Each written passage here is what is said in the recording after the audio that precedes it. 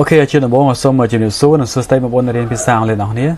Ở trên miền miền bên câu mấy thế kia tại tao chỉ mồi nắng defining relative clauses. Chẳng con này mà nó bị dốc sầm khăn. Chẳng trên đồng bộ như thật là ta ở vậy tới cứ chia con này nó bị dốc hay trên miền miền mới đi thay defining chẳng. Bởi vì con này mà bị dốc như ban cha chỉ pi cứ defining nắng nan defining mới ta con này mà bị dốc môi chấm nốt cứ bị chạy lại này bắt thái bị tất cả bọn mình chăm bạch bắt chạy bắt thái chẳng bởi sân giờ đạp bọn mình thế cứ vì ở bên này này bị dốc nắng con niệm môi về tiết cứ đã có bán mình đã có bán này nó cứ mình sầm khăn này cứ sầm khăn thế mình đây thá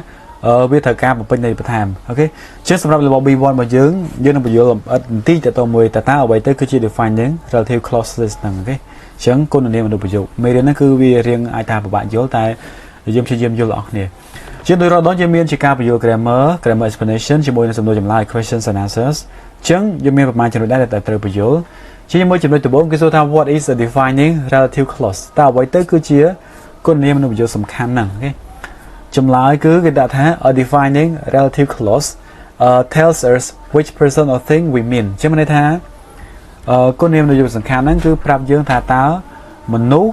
ឬវត្ថុណាមួយដែលយើងសំដៅទៅលើអញ្ចឹងយើងសំដៅមានន័យច្បាស់លាស់យើងសំដៅទៅលើណាឬក៏អ្វីមួយអញ្ចឹងណាយើងមានអ្វីជាអ្វីយើងចង់និយាយwithout this extra information the meaning is incomplete or unclear chứ mìnhថាដោយគ្មានព័ត៌មានបន្ថែមទាំងនេះអូខេអញ្ចឹងមានន័យថាបើអត់មានព័ត៌មានទាំងហ្នឹងទេគឺអត្ថន័យរបស់វាគឺមិនពេញលេញទេហើយមិនច្បាស់លាស់ទេអញ្ចឹងហើយបាននិយាយទៅការវាដាក់ន័យដាក់អាប្រយោគសំខាន់នឹងបន្ថែមទៀតអនុប្រយោគសំខាន់ហ្នឹងទៅវាអាចស្ដាប់បានឧទាហរណ៍ថា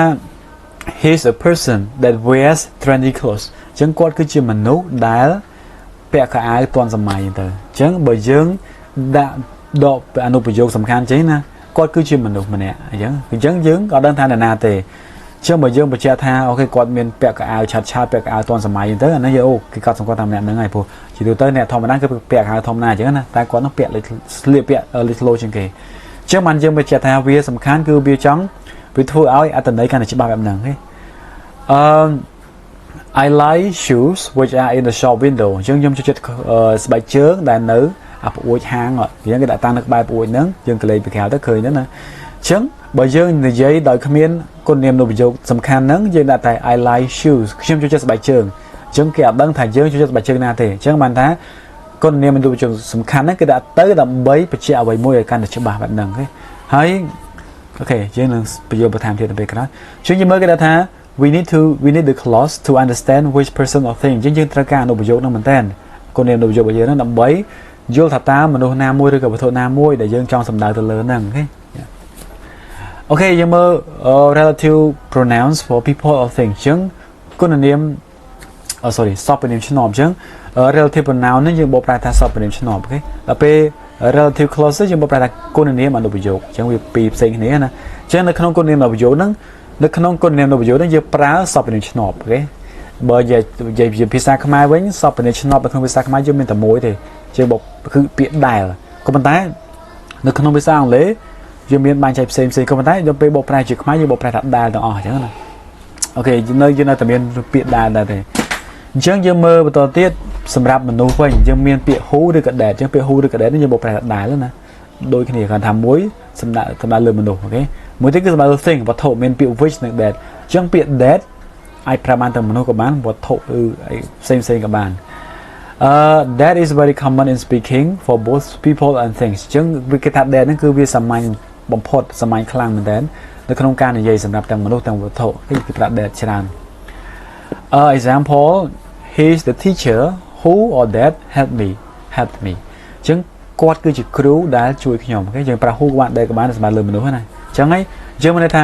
យើងប្រើគុណនាមអនុប្រយោគហ្នឹងគឺយើងចង់បញ្យល់នៃបន្ថែមឲ្យនាមអូខេព្រោះវាជាគុណនាមធម្មតាគុណនាមវាបញ្ជាក់ឲ្យនាមហើយតែនេះមិនមែនគុណនាមទេវាគុណនាមវាជាប្រយោគដែរក៏ប៉ុន្តែយើងហៅវាថាអនុប្រយោគហ្នឹងដោយសារតែវាអត់អាចឈរតែឯងបានទេបើយើងនិយាយថា who help me ដែលជួយខ្ញុំអញ្ចឹងអញ្ចឹងព្រោះវាអត់អាចឈរតែឯងបានអញ្ចឹងបានយើងវាហៅថាអនុប្រយោគវាត្រូវការ main clause អនុប្រយោគសំខាន់មួយទៀតអូខេដើម្បីបំពេញន័យដើម្បីឲ្យវាមានន័យស្ដាប់បានព្រោះវាទៅពឹងលើគេទេអូខេចឹងបើយើងនិយាយថា he is the teacher គាត់គឺជាគ្រូបើនិយាយប៉ុណ្ណឹងដោយមិនដាក់ relative clause របស់យើងអញ្ចឹងយើងក៏ស្ដាប់អត់បានដែរអត់មានអត្ថន័យពេញលេញទេអញ្ចឹងវាទាមទារអាហ្នឹងមកដើម្បីបញ្ជាក់កាន់តែច្បាស់អូខេ អញ្ចឹងយើងមើល relative pronouns របស់ people or things អញ្ចឹងគុណនាមអនុប្រយោគហ្នឹងគឺវាសាមញ្ញបំផុតសាមញ្ញខ្លាំងមែនទែននៅក្នុងការនិយាយសម្រាប់ទាំងមនុស្សទាំងវត្ថុគេគេប្រើ that ច្រើន Okay ឧទាហរណ៍មួយទៀត this is the movie which I watched last night ចឹងវិញក៏បានដែរក៏បានដែរនេះគឺជាខ្សែភាពយន្តដែលខ្ញុំបានមើលការប្រយុទ្ធមិញចឹងវាជាសម្ដៅវត្ថុណាខ្សែភាពយន្តហ្នឹងអញ្ចឹងយើងមើលយើងបញ្ជាក់បន្ថែមគឺថា movie ហ្នឹងមិន movie ដែលខ្ញុំមើលការប្រយុទ្ធមិញអូខេអញ្ចឹង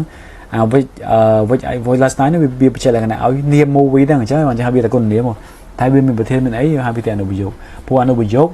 វាមានទាំងប្រធាននិងមានទាំងកសព្ទអូខេមិនដូចគុណនាមធម្មតាទេ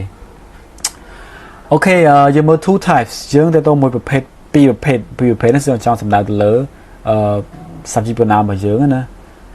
sorry relative pronoun របស់យើងអញ្ចឹងយើងមើល subject relative clause មានន័យថា relative clause ដែលតួជាប្រធានអញ្ចឹងគេថា the relative pronoun is the subject of the verb អញ្ចឹងនៅពេលដែលសពនាមឆ្នោតរបស់យើងដែលតួជាប្រធានគឺវាបែបនេះshe's someone who looks good in everything អញ្ចឹងនាងមើលទៅស្អាតគ្រប់យ៉ាងហ្មងណាអញ្ចឹងនាងគឺជាមនុស្សដែលមើលទៅ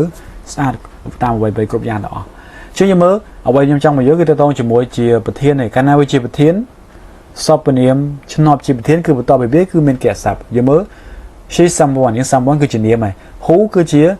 សពនាមឆ្នោតរបស់យើងអញ្ចឹងបន្តពីវាគឺពាក្យ look ជាកសព្ទអញ្ចឹង look ហ្នឹងគឺជាកសព្ទអញ្ចឹងហើយពាក្យ who ហ្នឹងហើយវាជាប្រធានអញ្ចឹងកាលណាវាជាប្រធានមានតែបន្តពីវាគឺមានកសព្ទអូខេយើងមើលបែបហ្នឹង who looks good in everything អូខេមួយទៀត these are clothes that are on sale អញ្ចឹងនេះគឺជាសម្លៀកបំពាក់ដែលត្រូវបានគេលក់បញ្ចុះតម្លៃហ្នឹងទៅអញ្ចឹងយើងមើល copy that ហ្នឹងមាន a ជា to be ជាកសព្ទអូខេអញ្ចឹងវាជាប្រធានដែរអូខេអញ្ចឹងយើង do not add another subject អញ្ចឹងជៀសវាងកុំបន្ថែមប្រធានផ្សេងទៀតឧទាហរណ៍ថា he is a person who he wears trendy clothes អញ្ចឹងគាត់គឺជាមនុស្សដែលគាត់ទៀតអញ្ចឹងណាដែលគាត់ wear ដែលគាត់ស្លៀកពាក់សម្លៀកបំពាក់តនសម័យទៅអញ្ចឹងយើងមកមាន who ជាប្រធានហើយដល់ពេល he ទៀតយើងមាន2អញ្ចឹងយើងមិនអាចបន្ថែមប្រធានបានទេតាមពិតទៅប្រយោគហ្នឹងបើយើងបញ្យល់ឲ្យចប់ណាប្រយោគច្បាស់លាស់ប្រយោគដើមរបស់ពីធម្មតាយើងប្រើគុណនាមនៅប្រយោគគឺយើងភ្ជាប់ប្រយោគ2ប្រយោគគ្នាមានន័យថាយើងមានប្រយោគ2ជាប្រយោគឯករាជ្យដូចគ្នាអញ្ចឹងយើងចង់ធ្វើវាទៅជាមួយអញ្ចឹងយើងអាចធ្វើបានហើយដូចខ្ញុំចង់បញ្យល់ទៅតមួយប្រយោគ he is the person who wears trendy clothes ហ្នឹងអញ្ចឹងប្រយោគដើមរបស់វាបើយើងនិយាយប្រយោគដើម he is a person ដាក់សញ្ញា full stop មួយទៅ he wears trendy clothes អញ្ចឹងយើងមានពីរប្រយោគហើយអញ្ចឹងអត់មាន who ណាយើងបែងចែកជាពីរប្រយោគបានដល់ពេលគាត់ដល់ពេល person ហ្នឹងគឺសម្រាប់លើ he ហ្នឹងហើយអញ្ចឹងបានយើងយកវាមកភ្ជាប់ជាមួយគ្នាដើម្បីបង្កើតបានជាប្រយោគមួយទៀតអញ្ចឹងកាលណាយើងយកមកភ្ជាប់យើងត្រូវការប្រើសព្វនាមឆ្នោតហ្នឹងហើយយើងសព្វនាមឆ្នោត who ហ្នឹងយើងប្រើជំនួស he ហ្នឹងហើយអញ្ចឹងកាលណា he ខ្លាចជា who អញ្ចឹង he លែងមានហើយអញ្ចឹងកន្លែងខ្ញុំចង់បញ្យល់បន្ថែមឡើងហ្នឹងហើយអញ្ចឹងហើយបានយើងមិនអាចបន្ថែម he នឹងបានទៀតទេព្រោះ he ខ្លាចជា who បាត់ហើយអញ្ចឹង who ហ្នឹងគឺយើងជំនួសឲ្យប្រយោគទាំងពីរដែលយើងចេញពីគ្នាយើងយកមកគុំប្រយោគគ្នាហ្នឹងគឺយើងលុបពាក្យ he ចេញបដូរទៅជា who វិញអូខេអាហ្នឹងសង្ឃឹមថាអ្នកអាចយល់ពីឡើងនេះបានអញ្ចឹងប្រយោគដែលត្រឹមត្រូវ he's a person who wears trendy clothes អញ្ចឹង who មានវាយើងមិនអាចព្រោះ who នោះវាតំណាងឲ្យពាក្យ he ហើយបើយើងញែកពីប្រយោគដែលឯករាជ្យពីរយកមកគុំប្រយោគគ្នាអូខេចឹងនេះគឺជាការបង្កើតគុណនាមនៅប្រយោគឯងអូខេបើ time នេះគឺជា object relative clause យើងមានន័យថាគុណនាមនៅប្រយោគវាជាកម្មបត្តិវិញអញ្ចឹងជាប្រធានបន្ទាប់ពីវាមកមានកសព្ទតែជាកម្មបត្តិវិញយើងមើល the relative pronoun is the object we can omit we can often omit it អញ្ចឹង omit it នេះគឺជាចង់សម្ដៅជានៅពេលដែលសព្វនាមឆ្នោតរបស់យើងដែលទៅជាកម្មបត្តិណាជាអាចលុបវាចោលបានអូខេតែជាប្រធានមិនយើងលុបអត់កើតដែរឧទាហរណ៍នេះគេមើល that's the person who I told you about អញ្ចឹងគាត់គឺជាមនុស្សដែលខ្ញុំបាននិយាយរឿងរ៉ាវអំពីគាត់ប្រាប់អ្នកអញ្ចឹងណាអញ្ចឹងមើលហេតុអីបានយើងថាវាជាកម្មបត្តិដោយសារតែបន្ទាប់ពី who ឬក៏ that ហ្នឹងមកមានប្រធានមួយទៀតគាត់គឺជាមនុស្សដែលខ្ញុំនិយាយប្រាប់អ្នកអូខេអញ្ចឹងយើងមើលអញ្ចឹងខ្ញុំនិយាយទៀតអញ្ចឹងមានន័យថាមាន I ជាប្រធានមួយទៀតអញ្ចឹងហើយ who និង that ហ្នឹងវាជាកម្មបត្តិហើយអញ្ចឹងបើសិនជាបន្ទាប់ពីវាមានកសព្ទវាជាប្រធានតែបើយើងមានប្រធានមួយទៀតវាជាកម្មបត្តិហើយអញ្ចឹងត្រូវតែបែងចែកដាច់ឡើងហ្នឹងអូខេមួយទៀតគឺ that's the person I told you about អញ្ចឹងយើងអាចលុបចោលទៅជាបែបហ្នឹងបានអូខេអញ្ចឹងមានន័យថានៅពេលដែលឃើញប្រយោគបែបនេះមានន័យគេដឹងថាវាជាគុណនាមនៅប្រយោគហើយអូខេអញ្ចឹងវាជាប្រយោគពីរប្រយោគគ្នាអូខេដោយគេលុបសព្វនាមឆ្នោតចោលមួយទៀត I like the clothes which you bought ខ្ញុំចូលចិត្តសម្លៀកបំពាក់ដែលអ្នកបានទិញជាមើលយើងបន្ទាប់ពី which ហ្នឹងយើងមាន you ជាប្រធានមួយទៀតទេឃើញទេអញ្ចឹងអាណាវាជាប្រធាន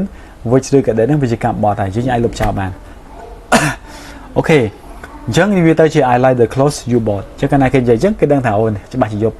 យើងលុប which that អញ្ចឹងអ្នកដែលធ្លាប់រៀនគុណនាមនៅប្រយោគគឺគេដឹងតែម្ដង sorry អូខេបន្ទាប់នេះយើងមើលពីតម្រងវិញម្ដង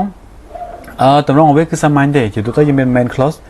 nó cứ con xong sorry cứ chỉ anh bây giờ sầm khăn giống bây giờ mình bài trai chia anh bây giờ sầm khăn hay là dù anh bây giờ mà sầm khăn giống này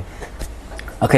hai bữa tóm thiết trong thang anh bây giờ sầm khăn nóจะbầu chùm muối relative pronoun bầu chùm muối verb cái chàng nó cạn này đại về chia bậc thiên này ô thọ tha this is the phone that works really well ចឹងនេះគឺជាទូរស័ព្ទដែលដំណើរការយ៉ាងល្អមែនទែនអញ្ចឹង that ជា relative pronoun ហើយមាន verb អញ្ចឹងវានៅតែដាក់តួជាប្រធានកាលនៅរូបមន្តមួយទៀតដាក់តួជាកម្មបត្តិវិញអញ្ចឹងមាន main clause ចុះអនុប្រយោគសំខាន់ហើយមាន relative pronoun របស់យើងមាន subject មាន verb ចឹងហ្នឹងគឺវាដាក់តួជាកម្មបត្តិវិញហើយឧទាហរណ៍ថា he's the man that we met yesterday អញ្ចឹងគាត់គឺជាមនុស្សដែលយើងបានជួបកាលពីម្សិលមិញអញ្ចឹងបន្ទាប់ពី that ហើយយើងមាន we ដែលជាប្រធានមួយទៀតអញ្ចឹងអា that ហ្នឹងវាជាកម្មបត្តិដែលលុបចោលបានអូខេអញ្ចឹងយើងមើលតទៅទៀតថា the clause comes immediately after the noun it describes អញ្ចឹងមានន័យថាអនុប្រយោគហ្នឹងវាឈរភ្លាមបន្ទាប់ពីនាមដែលវាជាលក្ខណៈឲ្យអញ្ចឹងន័យថាឧទាហរណ៍យកពាក្យនាម man អញ្ចឹងណាចាអនុប្រយោគគុណនាមអនុប្រយោគយើង that we met ហ្នឹងគឺត្រូវតែឈរបន្ទាប់ពីនាមនឹងដាច់ខាតព្រោះគុណនាមអនុប្រយោគវាដាច់ខាតទៅតែជាលក្ខណៈឲ្យនាមអញ្ចឹងណាអញ្ចឹងវាត្រូវតែឈរនៅពីក្រោយនាមជាដាច់ខាតអូខេអញ្ចឹង no commas in defining relative clause នៅក្នុងគុណនាមអនុប្រយោគសំខាន់ហ្នឹងយើងអត់ប្រើ comma ទេអូខេអត់ប្រើ comma ន័យថាបន្ទាប់ពី the man មានតែមុខសពនាមឆ្នាំនេះយើងអត់មាន comma ទេអូខេ extra example ជាមួយឧទាហរណ៍បន្ថែមhe's the teacher who explains grammar very clearly អញ្ចឹងគាត់គឺជាគ្រូដែលបញ្យល់វេយ្យាករណ៍យ៉ាងច្បាស់ខ្លាំងទេអញ្ចឹង who ក៏បាន that ក៏បានដែរហើយនឹងវាជាប្រធានដែរដោយសារបន្ទាប់ពី who ឬក៏ that ហ្នឹងមាន explain ជាកិច្ចសព្ទអូខេអញ្ចឹងវាជាប្រធានshe's the student who always arrives on time អញ្ចឹងនាងគឺជាសិស្សដែលតែងតែមកដល់តាន់ម៉ោងមែនតើអញ្ចឹងយើងមើលវាជាប្រធានដែរដោយសារតែយើងពី arrive ជាកិច្ចសព្ទអូខេI know someone who can help you with English អញ្ចឹងខ្ញុំស្គាល់នរណាម្នាក់ដែលអាចជួយអ្នកជាមួយនឹងភាសាអង់គ្លេសបានជួយឲ្យបរិញ្ញាភាសាអង់គ្លេសហ្នឹងអញ្ចឹងវាក៏ជាប្រធានដែរដោយសារតែបន្ទាប់ពី who ឬក៏ that មាន can ជា modal ហើយមាន have ជា verb អញ្ចឹងណាអូខេឧទាហរណ៍មួយទៀត this is the book which we studied last week នេះគឺជាសៀវភៅដែលយើងបានរៀនកាលពីសប្តាហ៍មុនអូខេអញ្ចឹងយើងមើល that which ហើយមាន we អញ្ចឹងវាជាកម្មបត្តិហើយមួយទៀតគឺ I need a phone which takes good photos អញ្ចឹងខ្ញុំត្រូវការទូរស័ព្ទដែលអាចថតរូបបានល្អអូខេអញ្ចឹង which ហើយមាន take គឺវាជាប្រធានហើយពាក្យ which នៅដែលហ្នឹងឧទាហរណ៍មួយទៀត Do you like the movie which we watched yesterday តើអ្នកចូលចិត្ត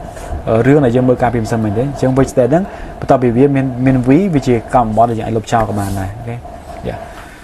អូខេឥឡូវ key points to remember ចំណុចសំខាន់ត្រូវចងចាំណាចំណុចទី1 use who that for people យើងប្រើ who និង that សម្រាប់មនុស្ស use which and that for thing ជាប្រើ which ឬក៏ that ហ្នឹងសម្រាប់វត្ថុអូខេ that is more common in defining clauses អញ្ចឹងពាក្យ that ហ្នឹងគឺយើងប្រើសាមញ្ញមែនតើត្រូវបានគេប្រើច្រើនមែនតើនៅក្នុងគុណនាមនយោបាយសំខាន់ហ្នឹងយើងប្រើ that ហ្នឹង don't repeat the subject កុំនិយាយច្រើនដែរកុំដាក់ប្រធាន2ឬក៏និយាយថែមចង់ថាកុំបន្ថែមប្រធានណានិយាយចាំទៅ